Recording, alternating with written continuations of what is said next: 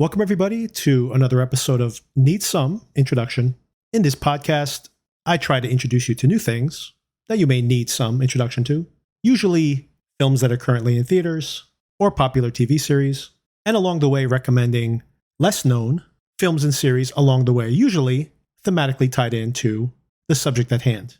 Today's subject, the season finale of Dark Matter, the Apple TV TV series, an adaptation of the Blake Crouch novel. Apple TV's output is almost all novel adaptations, if you've noticed, and there are a few more yet to come this summer. If you'd like to reach out to me, or if you'd like to follow me on Letterboxd and check out movie reviews and lists that I compile around these episodes, check the show notes. All the links are available there. A little piece of news about The Bear. There's an episode I published just last week where we were preparing for this much anticipated third season of The Bear. Hulu/Disney Plus announced just yesterday, if I publish this on time, I'll be publishing this on Wednesday, that they have bumped up the premiere date of The Bear by a whole other day, meaning tonight, this Wednesday evening, The Bear will be available. And I will be watching at least part of the season tomorrow and expect multiple episodes where I'm breaking down those episodes, as well as having conversations with my co-host Sona about her impressions of the series as well. Also expect next week that I'll be checking in with the Apple TV Plus book adaptation again of Presumed Innocent, which had a terrific fourth episode this week after kind of a meh episode for 3. Really strong episode this week. And after next week's fifth episode, Sona and I will be having a near mid-season catch up on that series as well. And before getting into the finale of Dark Matter, a couple of recommendations for all of you. Dark Matter, this TV's adaptation seems to be a pretty expensive endeavor. It's not only the talent on screen, but the special effects in some of these alternate realities that the characters step into are pretty advanced. So even for relatively little screen time, probably a decent amount of money spent on what looks to be some pretty expensive production. Alternately, I want to recommend to you a few time paradox films of different genres, comedy, thriller, that are made on tiny budgets. First of all, to introduce you to some pretty impressive talent being able to pull this off on such a small budget, and possibly for you younger hobbyists, to introduce you to how on a very, very small budget, you can achieve some pretty impressive world building. My first recommendation is Beyond the Infinite 2 Minutes. This is available almost everywhere. It's available on Vudu, Tubi, Freevee, Amazon Prime for free, with ads usually. So incredibly easy to access this incredibly clever Japanese comedy in which some workers at a coffee shop discover that on the monitor they can see 2 minutes into the future. And then this continuously compounds. The movie keeps iterating over these 2-minute intervals in which you see characters walk back into the 2 minutes or forward into the 2 minutes and then witnessing what's happening in the back. And then we're seeing this very small cast of characters continuously repeating the same events as they're watching either on the screen or in real time. And the logistics of the production here is truly astounding. I honestly do not know how they could have achieved this. And if this sounds like this is going to be pretty limited, there's a really entertaining moment in which pretty early on where they get these two screens to face each other. And then you create that mirror effect you've probably seen when you face two mirrors at each other or two TV screens at each other. So this starts to create this tunnel effect as they're going 2 minutes into the future, going further and further into this tunnel of screens. And then in the future, they see an act of violence not that far off. And it's getting closer and closer as those screens move further and further down this image tunnel, basically. It's utterly confounding how they could have pulled this off. Incredibly clever. The resolution is the weakest part of the whole entire film, but it does resolve itself in a satisfying way. But up until that moment, as lackluster as that particular part may be, and when I say that only because it doesn't meet the incredible high standards of everything that leads up to it, this is really inventive and really intelligent and really puts you in the shoes of these characters. What would you do in this circumstance? Which, of course, they're in and completely unexplained until pretty late in the going. It's a short watch, incredibly entertaining, easily available to everybody, and made for almost nothing. So really, kudos to these filmmakers for this achievement. And I'll also call out that they made a much bigger budget version of this same idea, more or less, in a movie called River from 2023, I believe. Not as easily accessible, but definitely you can rent it if you look for it.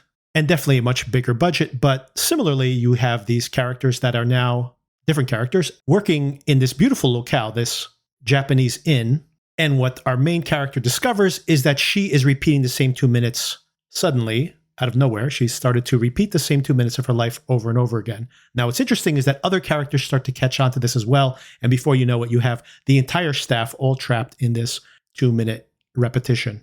So an expansion on the ideas in the first film, also very entertaining. So check that out if you find it. That's called River. Use my description there of the plot as your guide. There are quite a few different films and TV series called River.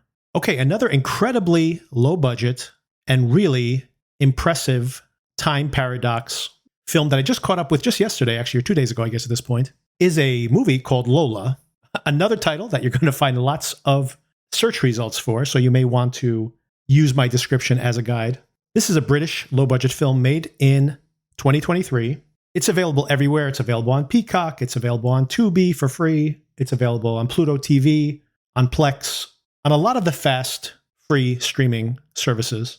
And this film presents itself as found footage. So this is a film that was shot on, I believe, 16 millimeter cameras, appropriate to the 1930s. And it presents itself as a documentary of this footage that's found at this house. So in that way, it feels like a found footage movie. That framing device that I just mentioned may remind you of, for example, Blair Witch. This is not a horror movie, by the way.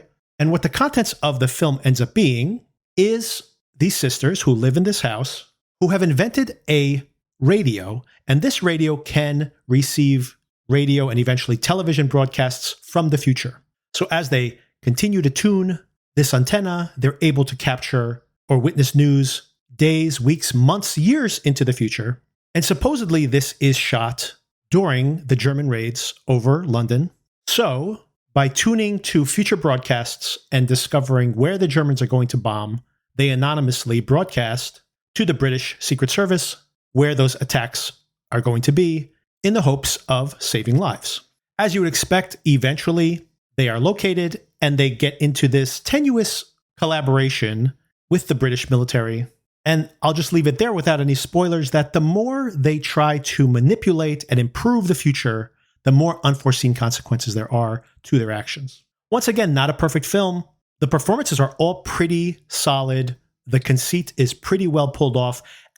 There is just a little CGI here in the film, and when they do use it, it is really impressive. The biggest compliment I'll pay to this particular film is that the scope of the world building here really ends up being convincing and immense, considering the very tiny purview we have into this world purely from this one 16 millimeter camera, but how it seems to convincingly capture this alternate reality that's spinning off from this discovery. So once again, that movie is called Lola. It's available on many free streaming platforms. Okay, on to the main event. As far as I can tell, this Dark Matter adaptation has been pretty big hit for Apple TV Plus, especially by their standards. I'm not sure how Apple TV picks their winners and losers, other than something like Ted Lasso, which truly is a crossover phenomena where tens of millions of people potentially have seen at least part of that show.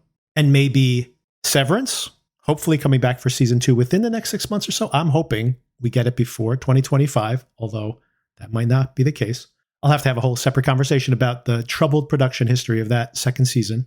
It is hard to gauge when something is hitting or not for Apple TV Plus. However, just from looking at websites that track television episode activity and searches for streaming options for TV shows and movies such as Just Watch or IMDb, this show has bounced up to number 1 many times since its release over a month ago. And if you haven't listened to the preview episode for Dark Matter, do check out that episode here in the feed where I covered the first 2 episodes of the series, as well as had a science corner on some of the physics that's being explored here theoretically in this series. Although I don't know how accurate the science is, but at least the concepts behind it. Before I break down any of the plot here, I do want to just have some broad points about this adaptation and the source material as well. I've read this book. I would say if you read the book and you liked it, you should absolutely watch this show. This is a vast improvement over the novel version of this. It's the rare adaptation that I think really significantly improves on the source material. Blake Crouch himself has called this the authentic version of the story. Apparently he wrote the book, and this really I can really feel this, by the way, in reading the novel. He first wrote this as a film script and then expanded it to a novel length. But I feel as he expanded it, it pads out what really is a relatively short story. And if you think that's a problem with the novel, I think the series at 9 episodes pads it out even more so. However, some of that padding out improves the storyline. In the book, we really do not spend a lot of time with Jason 2, the antagonistic Jason. And since we don't spend that much time with that version of Jason, we also end up spending relatively little time with the original Daniela. And making this material work, where the Daniela character in the book really is just an excuse for the plot and feels so badly sketched out, in my opinion. Even the way she can quickly accept things at the end, we'll get into all that breakdown. But all that is to say that Jennifer Connelly is the MVP here, because especially in the season finale, which is excellent, by the way. The finale of the season is the best episode of the series, in my opinion. And so much of it is Connelly's performance and the way they treat the Daniela character here, playing out all the complexity that is skirted over in the novel, but pretty well developed here in the finale. My critique there is that a lot of this should have been introduced a little bit earlier so that we could have explored it even more so. Another huge improvement in this series adaptation is the expansion of the Amanda character played by Alice Braga here. Once again, she is almost a plot device. She has less of a relationship with evil Jason, let's call him here. So they've expanded her, they've made her more central, and to the extent that the middle of the series works at all, so much of it has to do with this really believable alternate history Jason can have with this Amanda character.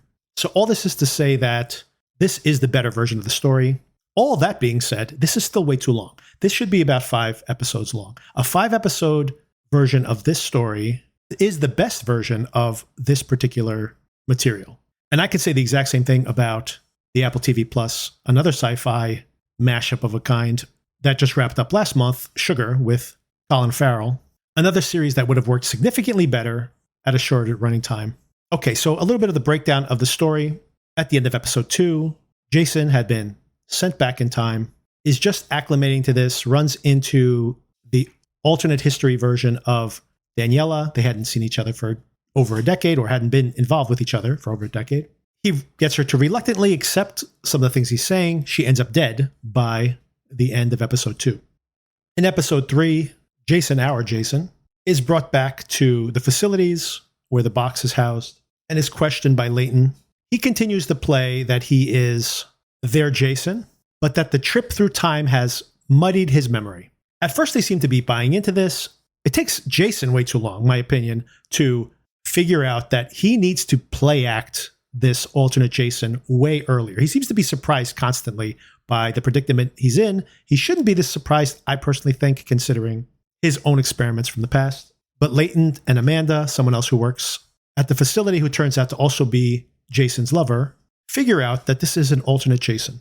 They decide to torture him. They decide to torture his friend Ryan Halder, a chemist who created this chemical that allows this perception of multiple realities. And by the end of the 3rd episode, they have entered the box, Amanda and Jason, with this chemicals in tow. In Jason's original timeline, evil Jason, Jason 2, is way more affectionate with Daniela, but she appreciates this rekindled passion in their marriage. This is when the show, and the novel, to be honest, has the most potential. This idea that you could have this alternate history that you may have wished for many years, and that in a way, by stepping into a different reality, you could actually leave behind the life you know, but step into an even better circumstance for yourself. That's what Jason thinks he's giving Jason Prime.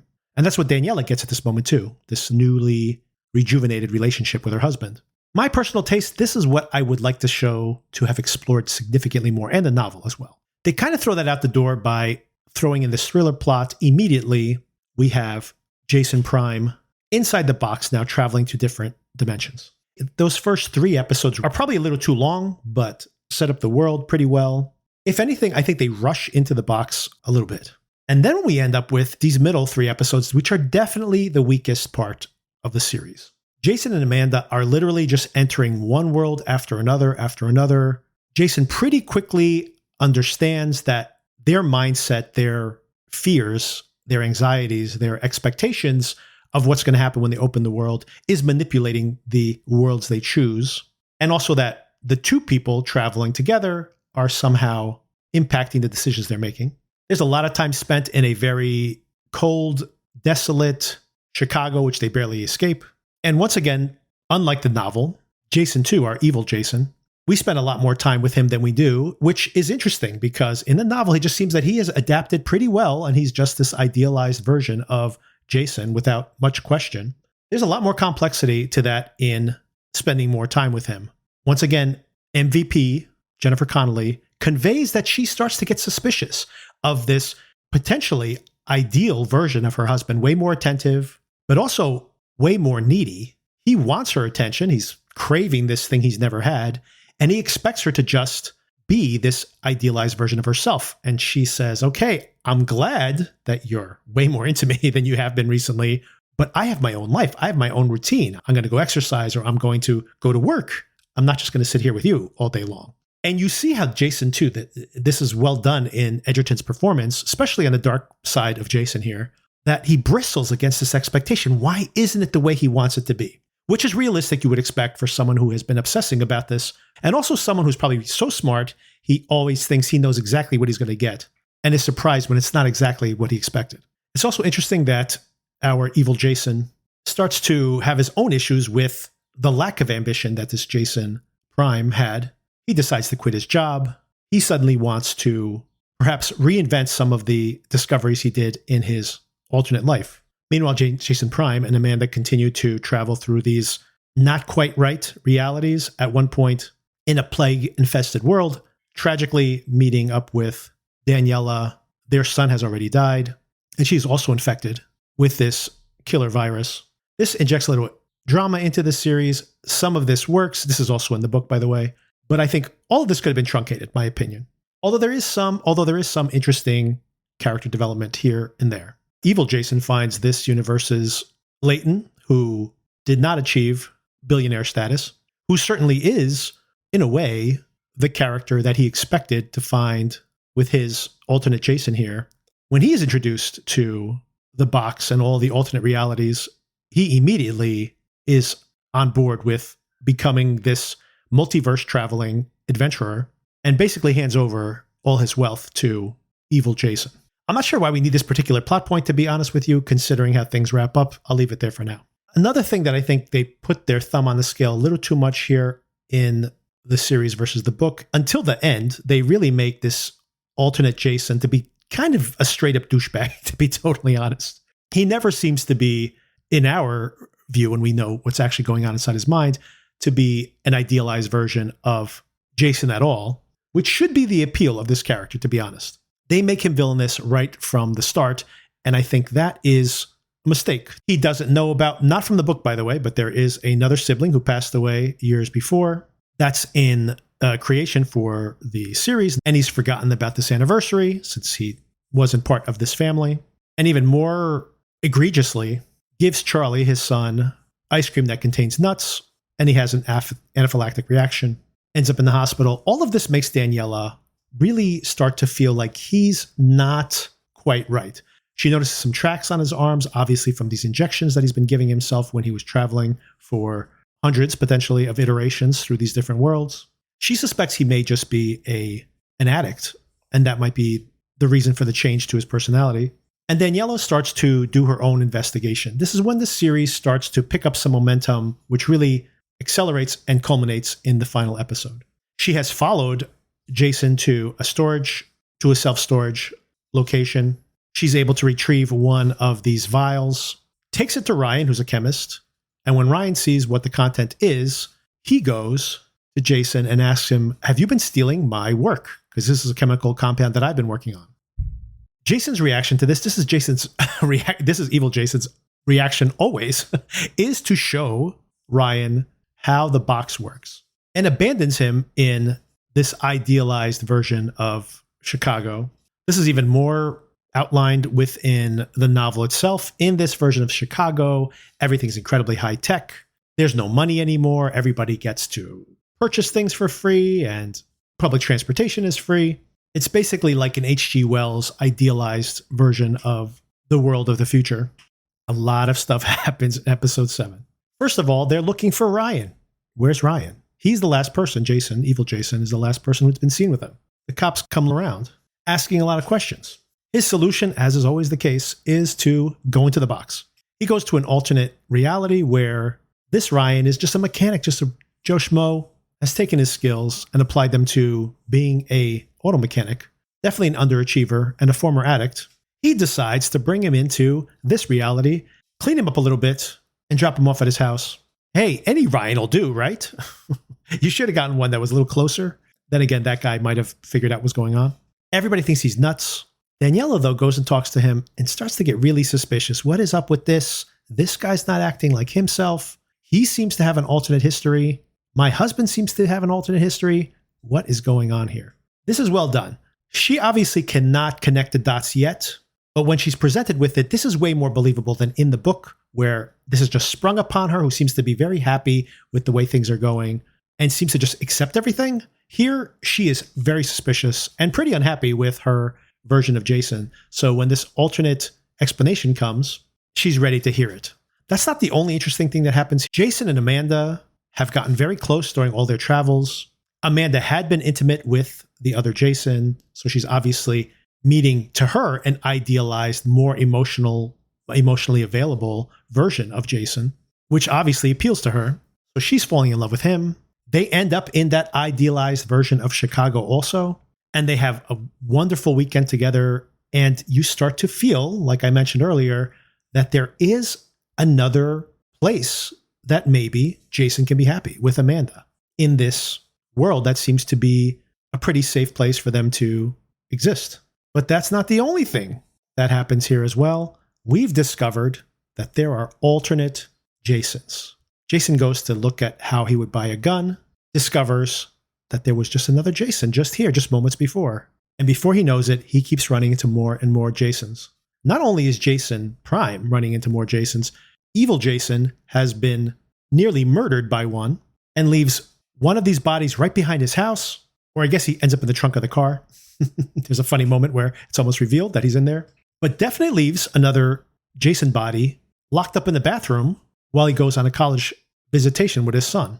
So there are a lot of Jasons all converging on this location. It appears that as Jason, original Jason, has been traveling backwards towards his, I guess it's not backwards, sideways towards his original reality, there's been alternate pathways of other Jasons who popped out of other doors, who took ones that made different decisions along the way. And all those slight variations have now created alternate Jasons who all sprang from the same original Jason. And just like this Jason, they've all been trying to find their way back. And now hundreds of them, thousands of them, millions of them, who knows how many it eventually will be, are working their way back towards this reality. This is a shocking, honestly, twist in the storyline.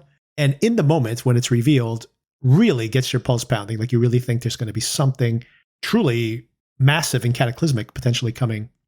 At this point in this recap I'm doing, I've jumped from episode 7 right into episode 8 as this continues to accelerate.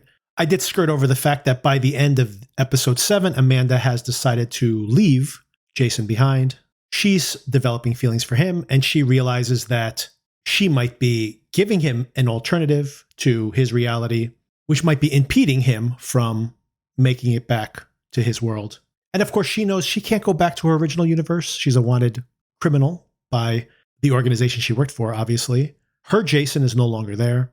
And wherever this Jason wants to end up with in his original timeline, or at least a timeline very similar to it, and he wants to end up with his wife. So where's her place? She decides she's going to go somewhere where she can make her own way. She leaves him behind. Also, this is some interesting character development here that I should have brought up. Jason, in parallel with this falling for Amanda, is still getting closer and closer to a more stable timeline where he does encounter alternate versions of Daniela. In some cases, Charlie is there, but they're estranged. He's been an abusive spouse, for example.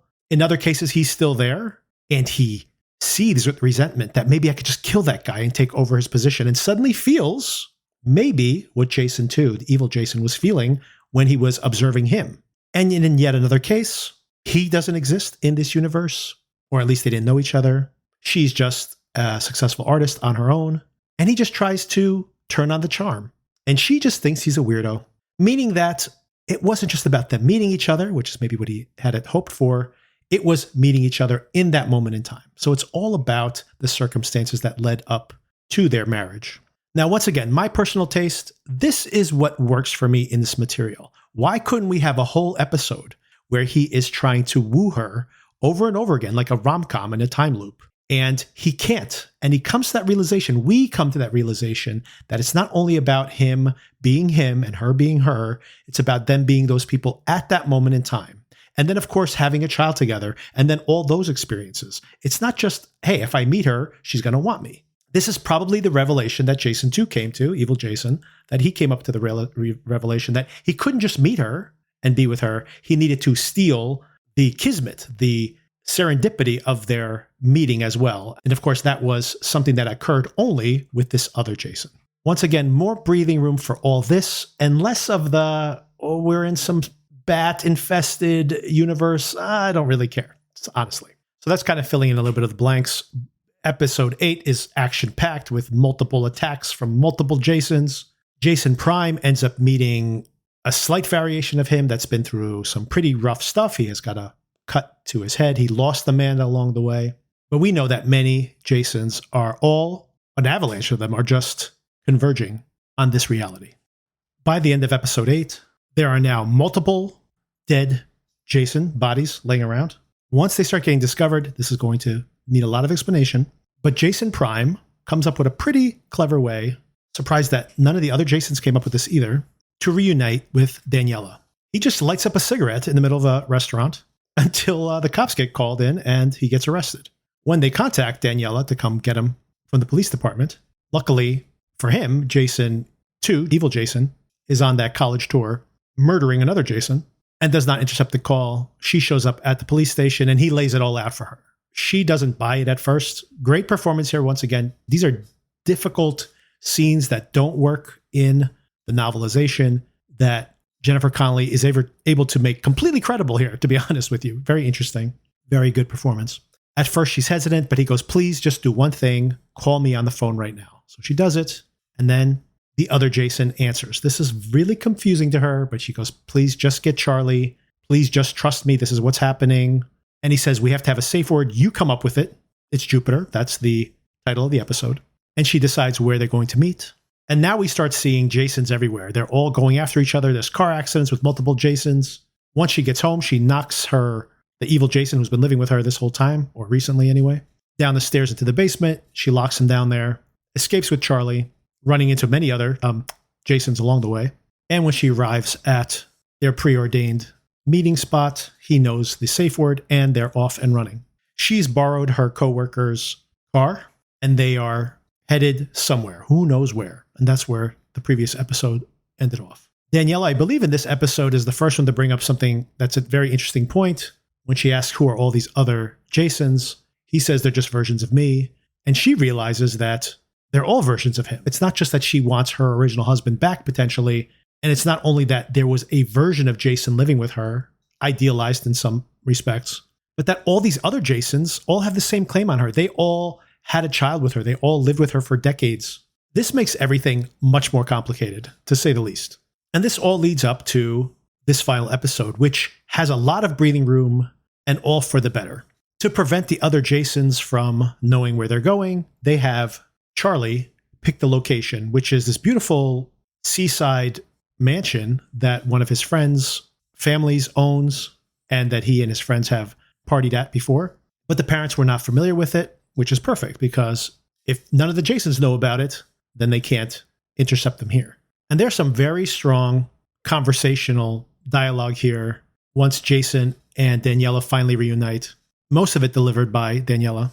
And in these really terrific interactions between Edgerton and Connelly, they finally lay out some of the themes of the show. This craving for what if I hadn't made the choices I'd made, and would it be better? Would it be worse? And of course, this is the driving force. This fantasy is what has driven Jason 2, the evil Jason, to steal his life.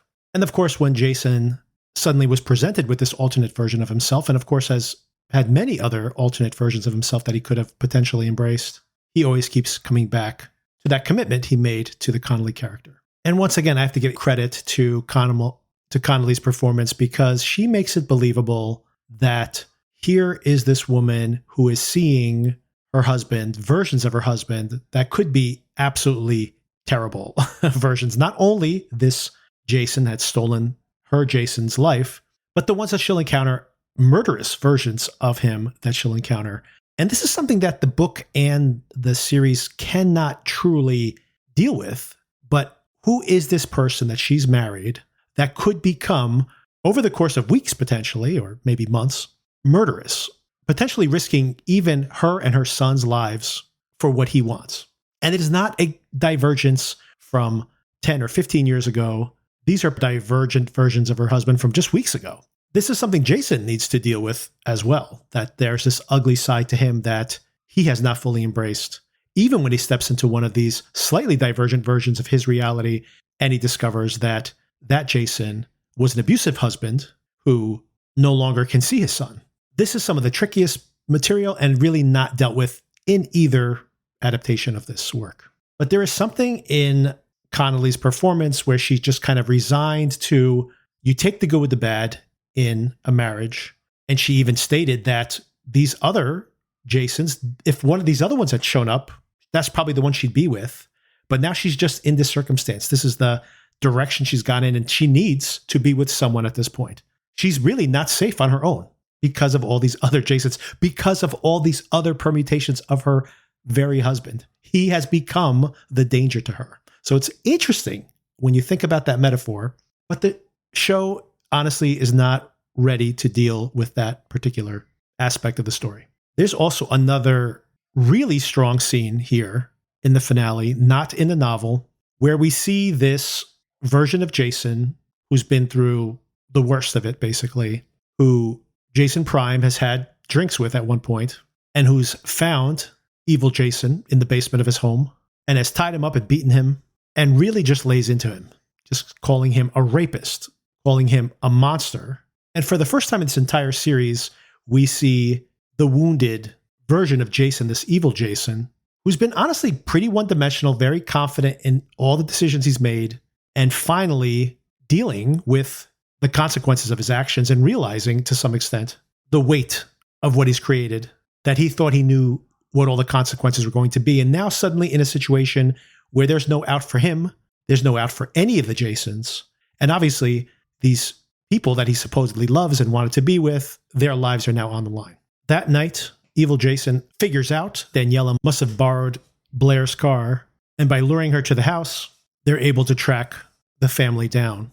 I'd love to see this interaction, by the way. She gets the upper hand, maces them, and then gets her hands on the gun. When she sees these two Jasons, she has many questions. What is this conversation? We're triplets. Someone's pretending to be me. You don't understand. We have to get to her as soon as possible. She doesn't know she's with this other unknown triplet. Maybe that's how they just don't put this on the screen to get out of it, because do they tell her there's alternate versions of him? And she's like, okay. And really there's hundreds of other ones out there. Trust me, they might be knocking on the door right now. So please tell me where she's located so I can go track her down. I'm really here to help. I don't know if that would fly, even if she believed it for a second.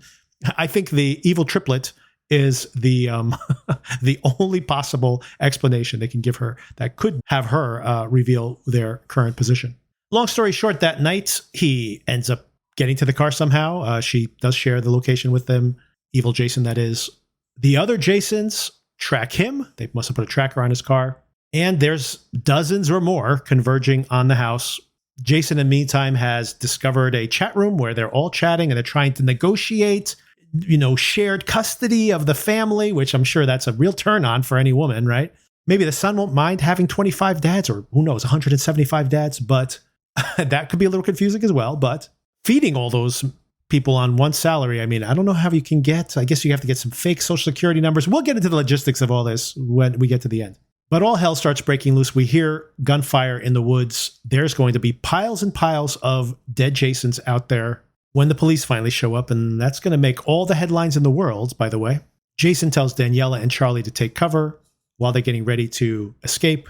this Jason, either the same Jason that he met previously or a different one, slight variation of that one, basically wants to take over Jason's life once again, tells him to keep quiet, take off all his clothes. He's going to pretend to be him, and he'll hurt Daniela if he doesn't comply. This leads to a scuffle, and as he's about to kill Jason Prime, he's killed himself. This is when evil Jason shows up. Not so evil in this particular case. He has suddenly realized the full weight of everything he's done, and he's there to try as best he can to set things right. And the family rides off together. Once they get to the car and run down yet another Jason, after yet a different Jason tries to shoot into the car, what the hell is this guy thinking? They decide to go back to the box. A couple things that are different here, by the way. In the book, evil Jason is still dead set on trying to make this work, even though it's like, she doesn't want you back, dude. She knows everything that's going on. This isn't going to work out. But it's kind of a much dumber version of this. I much prefer this version with evil Jason, or this instigating Jason, coming to some sense of remorse, because he is, once again, has to have some humanity. He is this version of Jason that we've been pursuing. And of course, once again, once everyone's cards on the table, he has to realize that Daniela doesn't want to be with him. She's not going to choose him at this point. So what else, other option does he have? He's left them a bunch of ampules so that they can enter the box. Once they get to the box, there are dozens, hundreds of more Jasons waiting. The one who speaks for them basically says, we know this isn't going to work out. We know we just are here to say goodbye. But some of them still seem like why does he get what I want? And they're reminded once again that it's not about what he wants. It's about what's best for them, which of course is a very bitter pill. You can imagine, legitimately, if we want to engage with this material, imagine you have just been on this incredible journey. You have made it back almost impossibly. You've lost so much along the way, and you have somehow made it back to this universe. Potentially along the way, Amanda was there with you. You could have made something work with her, but you left her behind. Either she died or she abandoned you, and now you are on your own and maybe out of ampules, and now you've gotten to this place and you made it all the way home, and you're not going to get what you want. That's a very, very bitter pill to swallow. But I do like the way this show deals with this, because in the end, imagine being in that circumstance. What do you want? Do you want your wife and child to be miserable for the rest of their lives? The whole purpose was to get them away from this other Jason, to make their lives better. It is unfair, right? In the end, that roll the dice, just random fate, that you arrived a little too late. And that's got to be really hard to deal with. But there is no other alternative. So it's really a tragic end to so many of these Jasons. It's a really sad ending. And the show does a good job of engaging with that feeling. And then the door closes, the family is inside, and they have a suitcase full of vials of this drug. So they may be headed towards many different destinations. But they let Charlie decide, because if they don't let Charlie decide, there are many other Jasons that are hot in pursuit, I'm sure. Some of the ones that are still stinging from the loss, and might think, hey, I just need to sneak up on him one day when he's by himself, and I can have that life too. So it can't be his decision. It's got to be Charlie's. And the door opens onto potentially a bright future. The family steps through, entangled forever, and they step into, ? We don't know. We do catch up with some of the other characters. Leighton seems to be a steampunk multiversal traveler, seems to be loving it. So good outcome for him. And Amanda and Ryan, who both ended up in that utopian Chicago, have met each other. And that's where the season ends. Emotionally, I got to say that this really worked for me here in the final moments. Now, logically, okay, if you don't want to hear Science Corner here, which is also going to be not just nitpicks, but I mean, logical inconsistencies. This whole thing collapses to a large extent with the critiques I'm about to make. So if you want to end on a positive note, here's the time to step away and come back later this week to hear my breakdown of the new season of The Bear. So stay tuned for that. But that being said, here we go. I'm going to get into nitpicks / Science Corner / this whole show falls apart upon even the slightest logical investigation. Okay. So cleverly, I mean, I have to say this was like a real big surprise, and a good one, when we suddenly realize, oh my gosh, other Jasons are around too. Have they been around this whole time? What is going on with these other Jasons? Really thrilling. moment in the story. But then it's not like one or two or five snuck in. There's like dozens and then hundreds and then potentially thousands of them by the end. And if each one of them is branching off more and more and more, this reality of Chicago is going to be crawling with these Jasons. These bodies are going to turn up not only at the compound, at that beachside mansion they were at. That's going to be hard enough to explain. But can you imagine all these guys who are so depressed, out of ampules, can't get a job, don't have any identity, will start committing suicide or killing each other or ending up homeless, drunk on the street corners. All of a sudden, they're going to be all over the news. Oh my God, this guy disappeared. Wait a second, we found this body in the college. Wait a second, we found 10 of these guys. This is going to be the biggest story of all times. There's no way this story does not make international news forever. And then the surviving guys are going to get questioned and they're going to say, well, I stepped out of this machine. And after the 15th one says this, they're like, man, we got to try to build this machine. And then, of course, if that happens to this one Jason, then think about all the other just few people that they have sent back through the box. They are also spawning infinite numbers of duplicates that are not just invading one reality. What if one of those people got tired of going back in time and trying to set things right, and they all settled into one particular reality? But then all the alternate versions of that particular subversion are now filling up that reality. This basically is the end of history, because you're going to start having billions and trillions of people stepping through this machine. And if there's another alternate history where another alternate Jason makes another version of this box, now we have billions upon billions upon billions of people invading all these multiple realities. So that is one problem with this story, that it could lead to the end of all history, or human history anyway. Okay, problem number 2. Where does the family go? The family's going to step through into this other reality. Are they stepping into a reality based on what Charlie picked? Maybe Charlie says, I want to go into a reality where I'm together with my girlfriend instead of that other guy dating her. But then what if his whole family's there? Now they're going to bump into those people. And then what if they decide that, hey, we want their reality. Let's murder them in the middle of the night. And we then will take over their lives. And then we're going to create a cascade of billions of those people showing up here as well, in a group of 3 each time, but still. Or where do they go into another reality where maybe it's that utopian reality, right? Where you don't need identification or whatever else. But then all of these other alternate versions of themselves are also going to end up there. Or they end up in some kind of medieval society that never evolved. And now are they suddenly going to live that way? Is Charlie going to be happy suddenly living in a world where technology doesn't exist? Because if they're going to end up in anything near contemporary Chicago, how are they going to survive without Social Security, without any credit history, without any work history? They're just going to be like illegal immigrants, basically, and they're going to have to live that way for the rest of their lives, which is not a very satisfying ending for this family. So I wish that there was some way that this thing had been able to almost collapse those timelines and heal this rift in time, and that had been the conclusion, because it seems, based on the rules they're setting up here, that there's going to be infinite versions of these alternate characters popping up into infinite universes and clogging them all up with cataclysmic effects. And I really do feel like at the end, it's almost as we're saying, well, that's what's going to happen in this reality, but they're stepping out of this reality. But it's like, hey, there are realities that are just slightly tangential from this one. And there are just slight variations of Jason that are going to end up with just slightly different versions of Daniela. Could be just a slight variation, just days different in experience from this Daniela.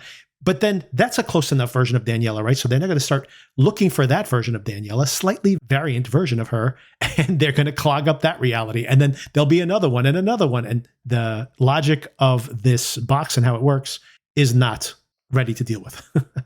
Okay, so given the fact that logically this whole entire thing falls apart under the smallest amount of examination, I do nonetheless find the ending emotionally satisfying, that maybe, just possibly, these 3 people together can make a choice that only they would make together, because they are just this unique version of themselves that we're supposed to be together. And that's it. And if we accept that this is the version of Charlie and the version of Daniela and the version of Jason, that we're always supposed to be together, and they'll make a decision that is completely unique to them and that no one else will follow them through, then hey, all the other realities around them can collapse. They'll be happy in question mark. Maybe that utopian version of the future, and maybe they'll eventually hook up with Amanda and Ryan. Maybe. Hey, that's possible. And maybe that is what is being implied here in the final moments of the show. Okay, so that's the recap. If you'd like to support the show, the easiest thing to do is recommend this to your friends and family, post this on your socials. Check out my Letterboxd for more reviews and just some other themed lists that I create here and there. Check out The Bear, premiering a day earlier than expected. And then expect multiple episodes covering The Bear over the next week or so. And in the near future, catching up on Presumed Innocent. Excellent episode this week, by the way. A bunch of interesting movies coming out in July that will probably get reviewed either here or on Letterboxd. House of the Dragon discussion somewhere later next month. And honestly, it's a very eventful July with movies and new series. Some very interesting content coming up, so stay tuned. Hopefully, you'll be watching stuff that we're watching. I'll talk to you soon.